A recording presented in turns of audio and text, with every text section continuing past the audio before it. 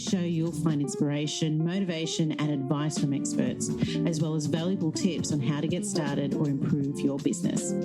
Let's dive into how you can begin and grow your wisdom business. Inspiring others looks different for everyone. How will you inspire?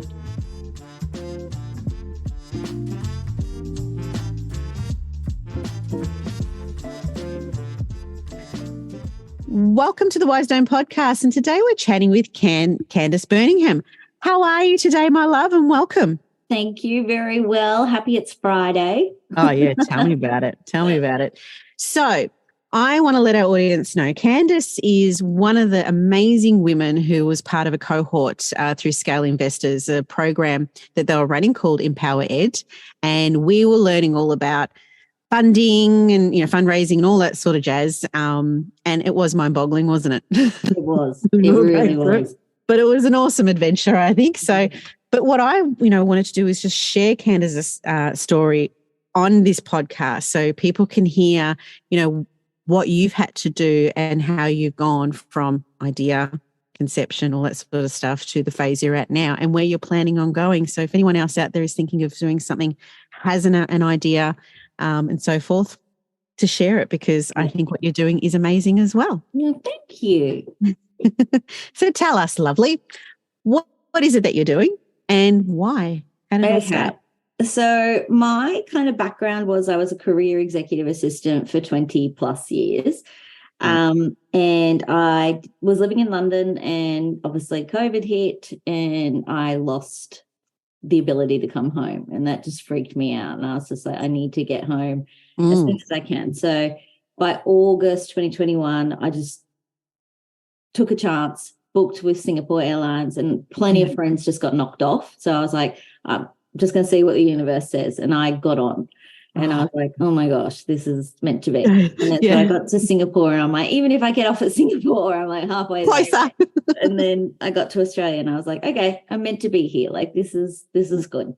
Yeah. So then I had 2 glorious weeks in quarantine.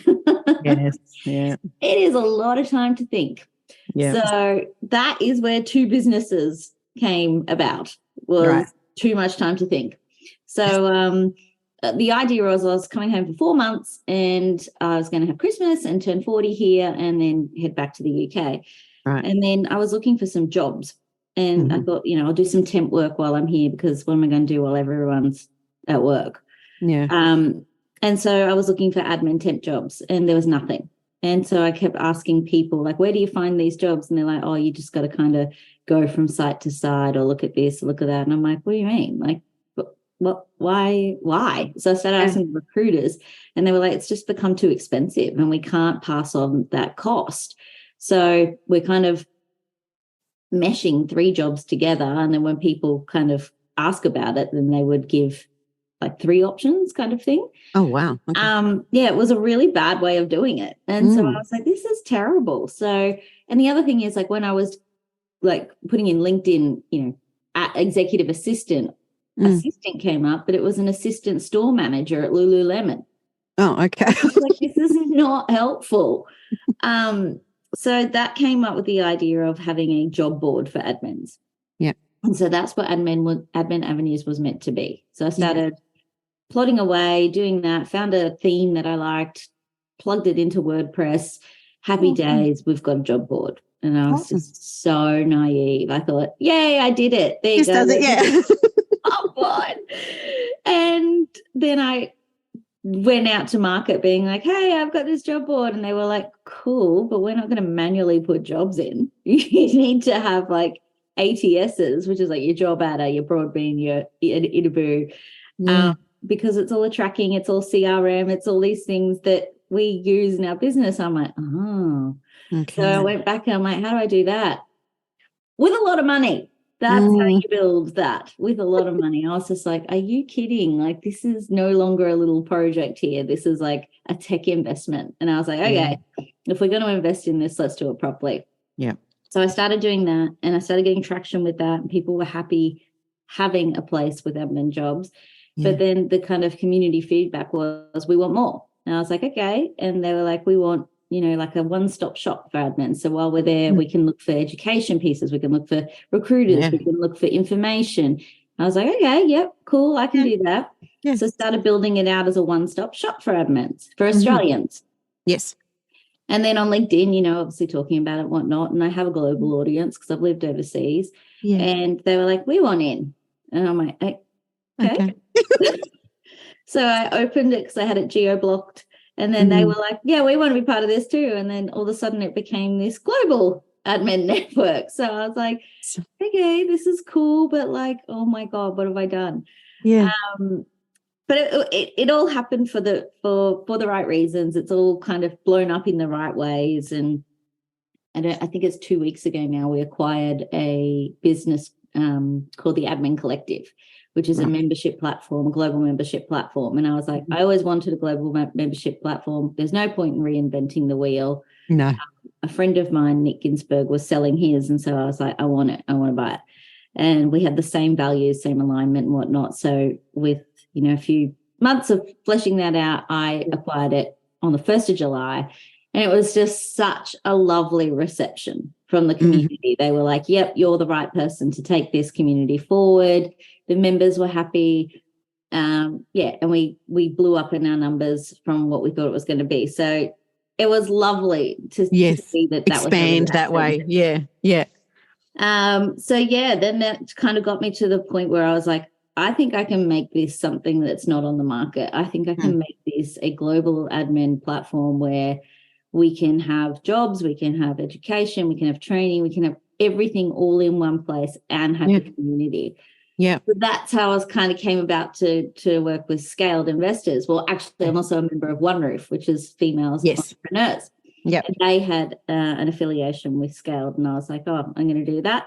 Yeah. So now I'm at the stage where I have gone through the Empowered course and I am seeking funding. And like, it has just been the most challenging thing I've ever done because it's all new. It's all new, like language, everything. Yeah, gotcha. The women I have met through it is just insane. And the kindness of these people that have been like, yep, I can help you. Yep, I can jump on a call. Like the willingness that, they're just open. Yeah, exactly. And they're like, where are you at? Where can I help? Hey, I saw this article. This might help you. Like, it's been so kind and something I've not experienced. Like, one of the things I did experience through Admin Avenues was I had a lot more help from men than women.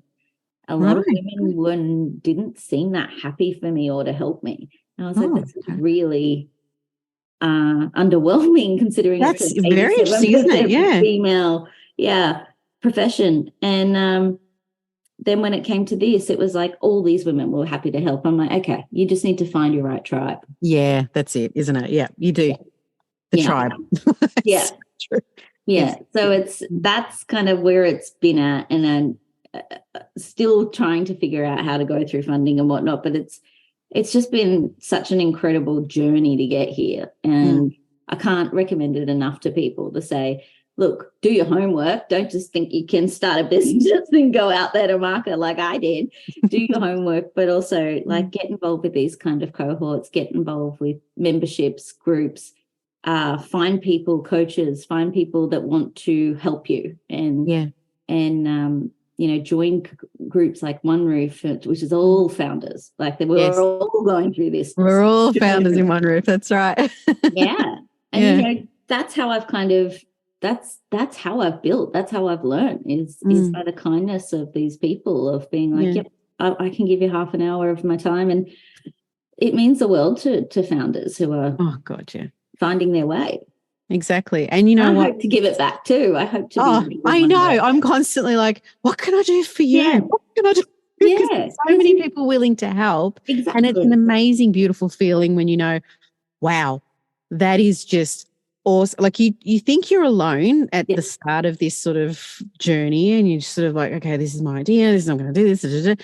But there's just so many people out there. And like you said, you just got to find your tribe. Yep. Whether it's all women, whether it's, all men, whatever. It's just there are so many communities out there that, are willing to help. And then I guess it just depends on the industry you're in, the audience you're going for, the market, all that sort of stuff. It all makes a difference. But Yeah, finding a tribe is one of the biggest things. And that's a part of your research. That is a part of your research and development when you're going through this process, because support is the biggest thing. We might be sitting there going, oh, I need to understand my market, or I need to understand the features, functionalities, benefits, all that sort of stuff of my offer. But when it comes down to it, support, and you touched on it, coach, like that's one of the biggest things that changed, not so much changed, but elevated my direction and goal setting and just sort of got me into focus. As soon as I got a coach mentor, like Jen, and she's Jen Kirk, and she came through a government sort of initiative, and I just went, all right, I'll give it a try. Like seriously, go out there, find initiatives that are out there in your government, local, whatever, federal, just go out there and find, because there's a lot of support even in that avenue, and you'll be surprised how it can sort of continue on. Support's a huge thing. Yeah. And look, they're not all paid options too. Like there are free options out there. Like the Sydney Startup Hub has just been incredible. Like it's a Facebook group, and the amount of people that put a call out and people like, yep, I'll jump on a call. Yep, here's something. Like people want to help. You just find the right people. Yeah. Yeah. You know, and we're all in this space. So we want to help each other because we're like, oh yeah, I was there 2 months ago. Like here you go. Yeah. And there's that fear, isn't it? Because you sometimes sit there and think, oh, do I look like an idiot by asking this? No, you don't. And just ask. And it doesn't matter. Because you know what? I have this sort of issue where I'm like, I'm going to ask the wrong question. I know it. I'm just going to sound like an idiot. I don't know the lingo, all that sort of stuff. And in the end, I just had to sort of bite my tongue and go, you know what? Fine. I don't have corporate speak. I just don't. And I can speak English properly. I done good. But it's, it's just, don't be afraid. Just ask, and you'll be surprised how many people want to help. Like, don't ask, don't get is my theory on everything. Like, don't ask, don't get a discount. Don't ask, don't get in help. Like, so many things. And like, for one of the members of One Roof, her name is Danielle, and she runs a company called Spark. And she, in the masterclass I watched on One Roof, she's like, always ask for a discount. So when I signed up to her group, I said, I'm taking your advice. I'd like to ask for a discount. And she was like, good woman. Good. Yes. And I will give you a discount. And I was like, see, don't ask, don't get. Like, and all that helps when you're a startup and you're bootstrapping and every little bit of savings helps. Like, and favors. Like, if you can help out with this, I can help out with this. Like, but also sort of bartering in a way, like you just sort of give, take. And that's the whole thing, the world of, entrepreneurship, founding an idea, building on it, executing it, like that, all of those things come from the drive you have as a person internally. And you can't be a founder that doesn't ask questions and doesn't ask for help. You're not going to succeed if you're one of those people who just sit there. Look, maybe there are people out there, who knows, but from my experience and seeing other people, it's like if you don't ask, like you just said, you don't get, or you don't evolve, you don't continue. It's really, really hard. And some people do it slower than others, whatever. It's just their own certain pace. But yeah, that's an amazing thing. And getting back to what you've built, Admin Avenues, like I love this idea because obviously, I've built Wisdom and it's all around memberships and all that sort of stuff. And the fact that you built this because you saw that you needed a singular solution, I just love it because you're just on the same tune as me. I mean, it's my people as well. So I am one of them. So I am the product. I am. I wish this had been around when I was around. I wish I had this connection. I wish, but I also spent, because of who I worked with, who were quite high profile people, I spent my career in the shadows as well. So I would network with admins, but like my LinkedIn, I wouldn't accept people on my LinkedIn because I knew they only wanted me to get to my boss. And it was a kind of lesson learned also from going in the shadows and being like trying to hide to having to push myself out there and be like, hi, it's me. Complete opposite, isn't it? Yeah. I've got you there. I totally understand. Uncomfortable because it's not me. It's not my normal personality to be like, hey, I've got the answers and look at me and watch me and follow me and but I do have them now. And I'm like, no, really, come over here. I've got answers for you. I put it all in this this little area for you. Come and have it. Like, it's for free. Come, enjoy it. It's really pushed me out of my comfort zone. Even doing like podcasts and things like that, I'm like, why should I do that? And it's like, because you're actually an expert in this area. Like, you've lived and breathed it for 20 plus years. Your knowledge sharing is important, and you should be doing that, and you should be helping the next people. Like, if anyone can get anything from our chat, if you've just helped one person, or they've just been like, you know what, I was shy too, or I did that too, and then they find the confidence to go forward and test their idea, even if it's just testing your idea. But I say just go whole hog, like, get out there, try it, do it. You know? So important. That helps, you know. But it's something I did not see in my future. I was happy as a career EA, and this has just taken it to the next level. So, you know, fingers crossed. Also, some EAs look at that and go, cool, I want to build a community too. I want to build something new too, or get involved with ours. And like that's a key message we say is, if you want to get involved, come on down. We are so open to people being speakers, to writing for us, to whatever you want to do, present yourself to this community. We're open to it. So it's very much a for admins, by admins.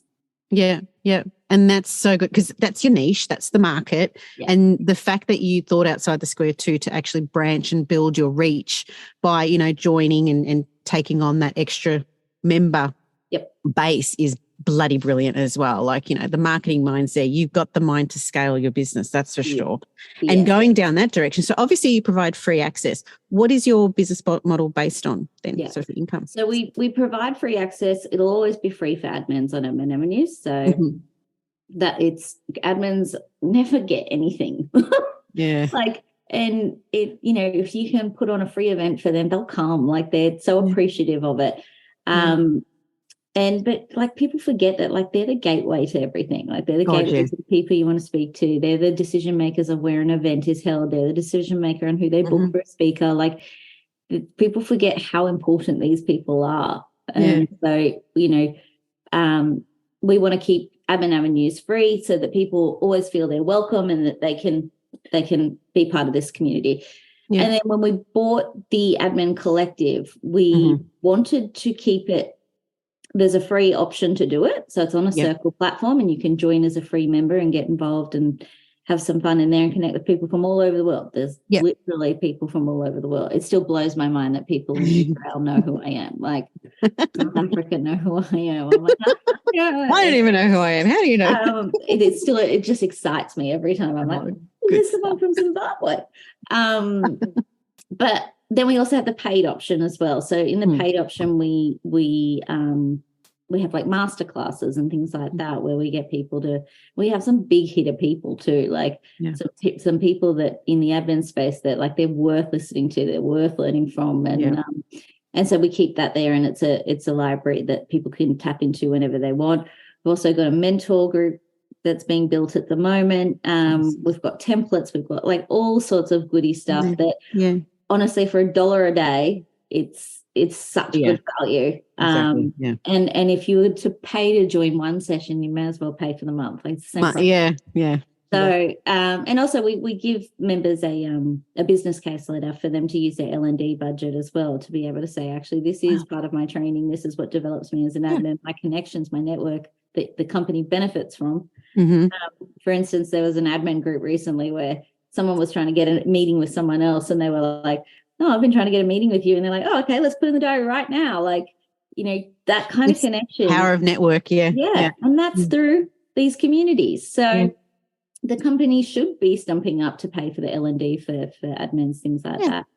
So, we have both options, because we always want to make sure that the admins have access to what they need to grow in their career, both personal growth and in their career.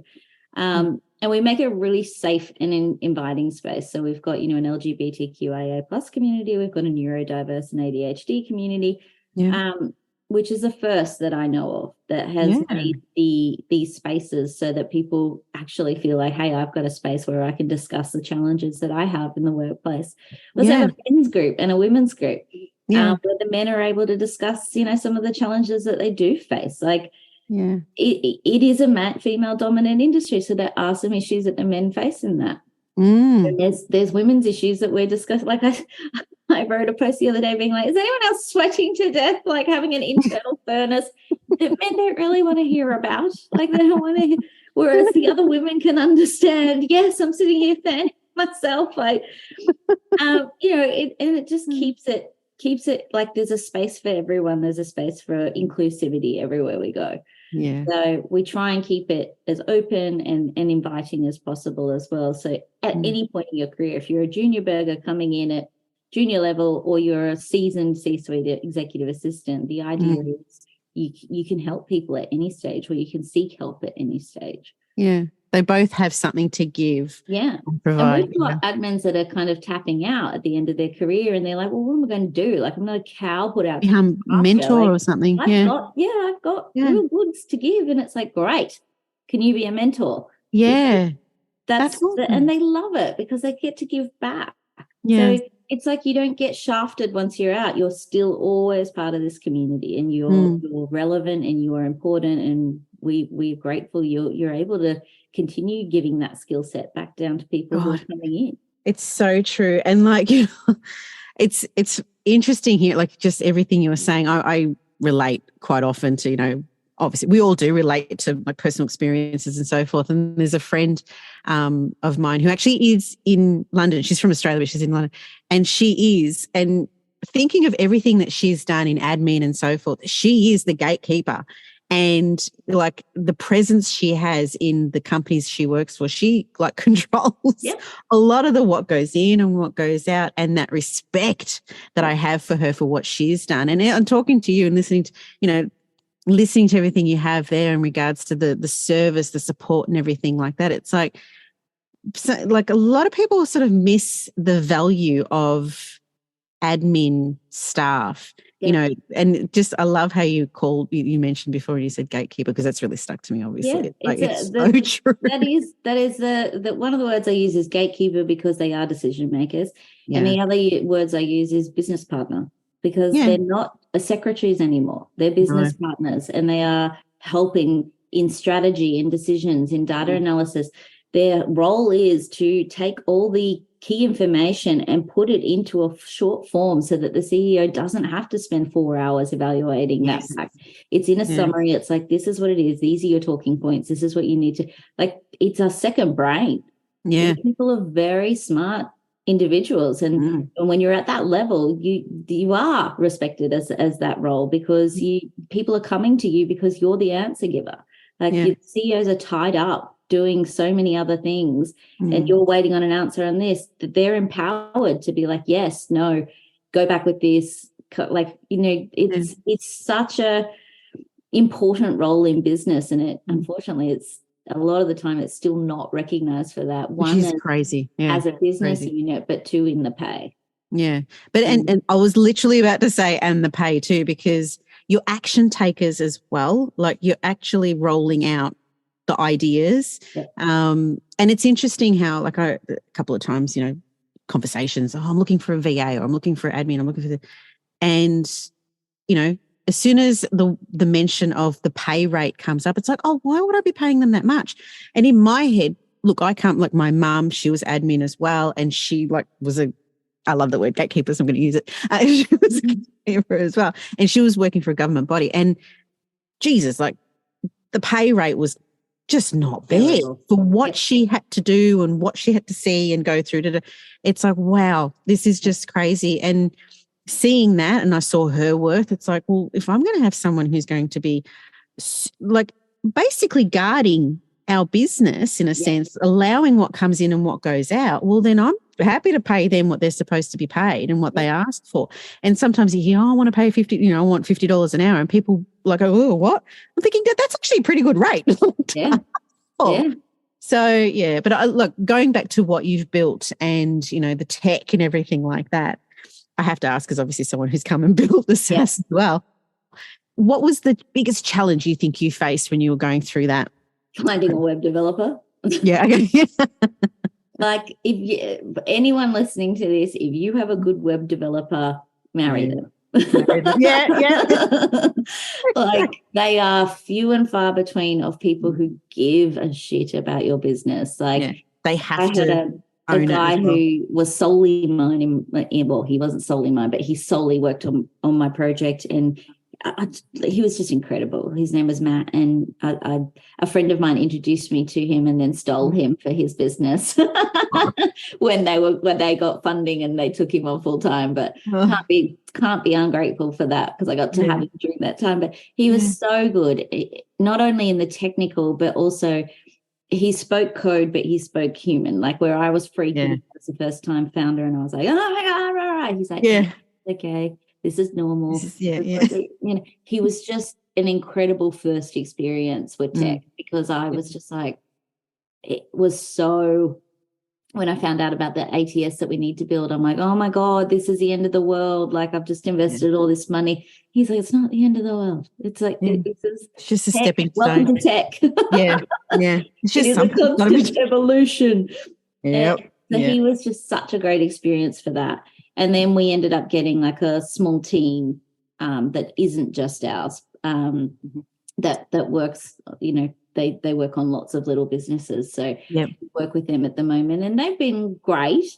But, when I get seed funding, the first thing I want to do is hire my own tech person, because at the end of the day, this is a tech platform. It is a big thing, isn't it? Yeah. And that's one of the big steps or big portion of our little donut that we create in our ask. Where are you going to put that funding? And a lot of the time, it does go into that whole development team. Well, they're the ones that are building and scaling your business. So and while I don't have that, it's me. So it takes me out of going and growing the business, because I'm in the back end trying to make fixes or uploading or and you'd be surprised how much fraud there is, and how they manage to get around the capture phrase things and fake accounts and bots. And it's just like, how do you even know about my website to get the fraud in there? We're just this niche admin website. Why do you want to hack us? Exactly. And that's, and I understand, when you go to the worldwide reach, that's the hard part, because that's where you're sort of opening up your, vulnerability, I guess, that they start, entering in. But, it's all a part of building it and the security levels, all that sort of stuff. And I know, look, we do the same thing too. We have an actual IT manager, and he's going through it. It's just, there's just so many hats, and we say it all the time, all the hats we have to wear as a business owner. It's one of those things. And obviously in tech, it's a broader world out there. So it's just a little bit harder. Where are you looking to go to from here now? What's your next step?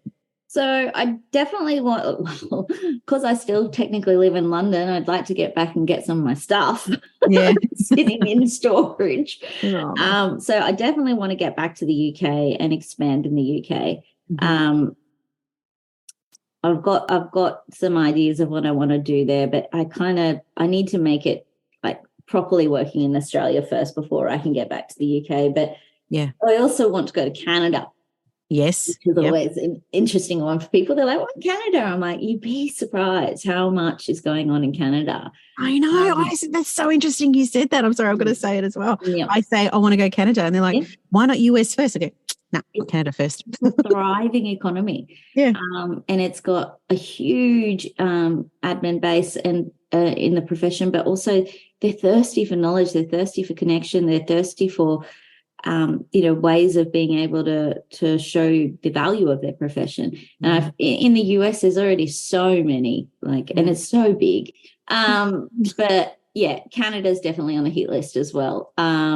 And also my dad's Canadian, so I'm Canadian as well. So there you go. Hello. It makes it a lot easier to set up over there. And I'm already set up in the UK. Obviously, after living there for 6 years, I've got the right to be able to do that. So yes, global expansion is definitely on the horizon. As to when it will happen, we're tech wise, we're global, but I'd like to get over there and get people more into a face-to-face interaction. Because that we had a One Roof catch up, members catch up in Sydney yesterday, and just every time I do it, I'm like, I just remember how good it is to actually sit with people and talk about issues that you're both facing. And there was two people where their brands align and they're going to work together, because one does coaching and the other one does copywriting, and they're like, I need someone to be able to do that bit, and she's like, I can do it. So it's just you don't get that over the the power internet. of that. You need to have a chat and talk and hear and see them and how they talk, and you're like, oh, your values align with mine. Like that's so important as well. So that's on the horizon as well. But I there's just so much, and this is all part of my ADHD brain as well. Like there's just so much. Like if I was to list out all the things I want to do, like I would scare an investor away.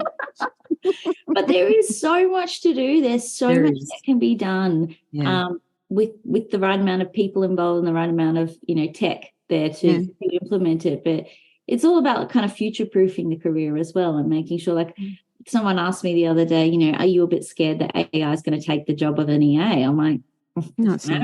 Well, and then I thought, actually, you don't understand what we do. So of course you think we do just calendars and restaurant exactly. Yeah. And then so I was like, okay, I need to probably write an opinion piece on this just to say, hey, this is why it will never take our jobs, like EQ. Just really educate. Yeah. Yeah. And also when I did that, a lot of people felt a bit better about it because they were able to be like, oh, good, my job isn't going to be taken by AI. It's like, of course it's not. Don't ever think that, your job will be taken by tech. There's so much more to it that tech can't do. Exactly. Like, even while I was like in a meeting recently, an EA was saying, she was sitting in a boardroom and they were talking about this huge event they were going to have. It's a very expensive event. And they were all talking about this, that, the other, and she's sitting there clocking all of it. Like she's just like, no, you'll be in China for that because that's when that's on. You'll be in LA screenings for that. His wife's having a baby, so there are. And then at the end of it, she was like, okay, great, guys, but none of that's going to work. Was just across it all. And they had shifted, and they were just like, thank God, because we would have gone forward and made all the plans and locked in all these people. And without her having that foresight and reading the room and seeing that it was okay for her to be able to completely poo-poo the whole situation that marketing and comms has put together, she was like, it's not going to work. And then, it saved them months worth of rescheduling and losing fees and deposits. And tech isn't going to do that. That takes someone that has had a conversation with old mate in the kitchen. When's your baby due? September. Oh, clock that. Yep. They're the inner. They are the inner. Yeah, that's Jesus Christ. And AI is not going to be taking over anything. No, what it will do though is take over the administrative day-to-day tasks that can save you time, so that you can focus on. It has its benefits, that's for sure. Yeah, really. Absolutely. So if you can save time doing that, and you can focus on being an executive business partner, the role will finally get the value that it needs and the status and the pay that it deserves. So I'm pro AI. I'm like, get into AI. Like, get it taking all that off you and show your real value. But don't let it make you lazy though. That's the only thing. No. It is a job where it's never lazy. No. Well, exactly. There's always something to do. Not be lazy. Exactly. You've got to be on. What legacy are you looking to leave by creating what you created? My legacy is definitely that this is a career. It's not just a job. It's not a stepping stone, which for the longest time I thought it was. And I was like, oh, hang on, I haven't figured out what I'm going to do yet. And I was really happy with what I was doing. And I was like, do I have to move? Is this like this how it works? You be an EA and then you have to move into marketing. You have to. And I did. I did take a side step and I went into marketing, and I found myself constantly annoying the EA because I just kept going back into and trying to take over in there. And she's like, back up. And I just realized, no, I miss being an EA. And it was great to get that marketing experience and skills and whatnot, but I wanted to be an EA. That's where I thrived. And so I'm desperately, my legacy is that this profession continues, and that it's continued in a way that when people are school leavers thinking about what they want to do, they think about, hey, I want to be an executive assistant. Yeah. I want to be at the table. I want to be part of these conversations. I want to be a chief of staff and have these titles as part of, I want to be an accountant. I want to be a lawyer. Exactly. Yeah. It's up there. It is up there. Yeah. Yeah. And have the respect in those titles that people want to do it. But without people like myself going out there and saying, this is a career. Yeah. This is what you can do with it, and you can travel around the world with it. You can be an EA anywhere in the world. It's a transferable skill. Like, it's such an amazing profession, and that's the legacy I want to leave. This is a career, not a job. So get involved, trial it out, try different ways of doing it, try different industries, find your niche, and join a community and have like your people. And you don't necessarily need to go to uni for it. Like lots of people have done MBAs, but I didn't. Yeah, I never went to uni. I've done a lot of courses since, but I didn't do well in school. And I started in admin because it was a job, like it was reception and I could answer phones. I wanted to go traveling. So that's kind of how I fell into the profession. And then it's each step as I grew and got more responsibility, I realized how much I enjoyed what I was doing. Yeah. And then I was like, I could make a career of this. Like, it's so funny. Yesterday, one of the girls was talking about how she fell into copywriting. She worked in finance, but she was doing a lot of writing for the tenders. And then someone was like, "You're really good at this," and she's like, "Can you make this writing?" Like, and that's sometimes how you've got to find your career, is testing and seeing what works for you and different paths you fall into and opportunities, doors open of, you might do an event in. Just find your genius zone. You just find, this actually, even though I might be working in this industry, what I'm doing as my, it's just as you move on, you start sort of find like filtering, isn't it? You just sort of filter through and you're like, actually, that's what it is that I'm actually really good at. And there's 160 roles in admin. Oh, choices. Okay. Yeah, just different. So there's not just an EA, a PA, a receptionist, an office manager. There is 160 written roles that is part of the global matrix, global skills matrix, which is kind of like the Bible for admins. And it goes through exactly like there's 160 roles in this space. So don't think that you don't have a place here. Like people don't think that project management or events management is also an admin-based skill. Yes. It's all about organising.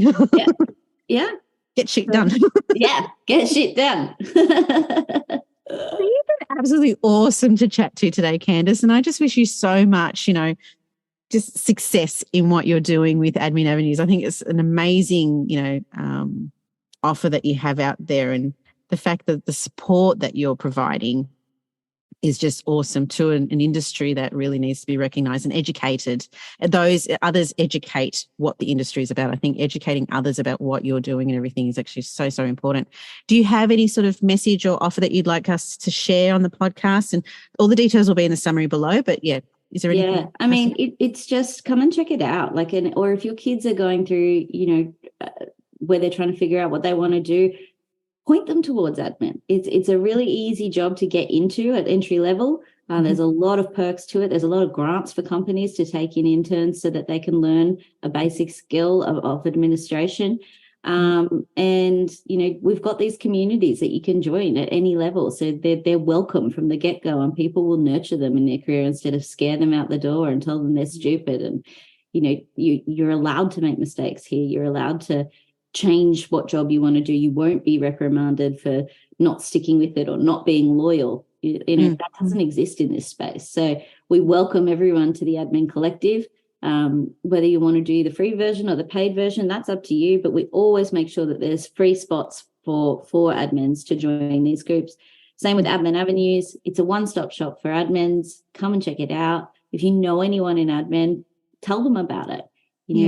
That's the main thing, is getting the word out there that there's a place for admins globally. Yeah. Well, I'm going to be mentioning you to everyone. And thank you. Thanks for creating this space for founders to tell their story, and for making the time to be able to tell all these people's journeys and what they're doing, because without this and without these podcasts and spaces for us to be able to share our challenges and journeys, like people are going to listen to this and be like, yep, I felt that too, or I did that too, or it's so important for people to do that. So thank you so much for making the space to do that. Oh, thank you, Candice. I really appreciate it. It's really kind of you. Well, everyone, the details of Candice and how you can get in touch with her and Admin Avenues and the Admin Collective it'll all be in our podcast summary below. Be sure to click on the link and don't forget to subscribe. And again, thank you so much for your time, Candice. Thank you, Nikki. Bye, everyone. Thanking our sponsors today and every episode that we do go live with, Wisdom and the Wisdom on Wisdom events. Be sure to check out details in our summary below. Wisdom is our learning and content management platform for anyone who's sharing their content online through memberships, courses, challenges, creating a community and engaging with their members. All details, like I said, are below in our summary. Thanks for listening to the Wisdom podcast.